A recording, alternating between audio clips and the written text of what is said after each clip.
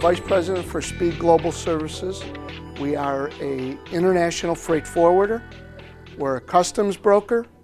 We're domestic trucking, domestic warehousing, and 3PL. All right. One of the ground rules that I would like to set today is I'm going to talk a lot about freight forwarding. All right. And I'm going to talk a lot about partners. When I talk about freight forwarders or I talk about partners, it is not a commercial for my company, even though I do that. Okay. I would like to talk more in generality as far as the people who are out there. And, you know, one of the things that I like to say and I like to drill in almost every seminar that I do, whether it's an international seminar or an INCO seminar, but it's very important to establish relationships. Okay? And again, when I talk about relationships, I'm not talking about a relationship with us as for my company. I'm talking about relationships with a freight forwarder, with a customs broker, okay? And hopefully I'm going to show you today where those relationships can really pay off, all right? I'm going to show you some tricks, like especially when you're dealing with domestic as well as international, the rules are different, okay?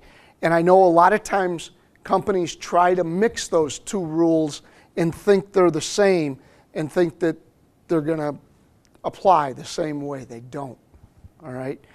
And if you're in the quoting game, all right, and that's your sole purpose for making that phone call to a freight forwarder, they can pretty much tell you whatever you want to hear. Okay, if you don't know your terms and you don't know what the situations are, all right? I'll give you a real good example. Do you all ship less than container load at some point?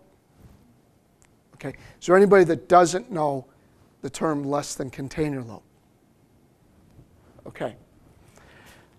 As a freight forwarder, if you call me up and say, Mike, I would like a quote from Shanghai to Buffalo for 3 skids. Can you give me my rate? I could pretty much say, Denise, what would you like to pay? Seriously, okay? What, you have a quote for $275 a skid? I'll give it to you for $200. I don't even need to look it up. You have $200, I'll give you $150. I'll even go as far as I'll give it to you for free. Why? And a lot of forwarders will give it to you for free. A lot of Chinese forwarders will give it to you for free. How do they do that? Does anybody have an idea? Pardon me? They have other freight on board, but why are they giving you your 3 skids for free?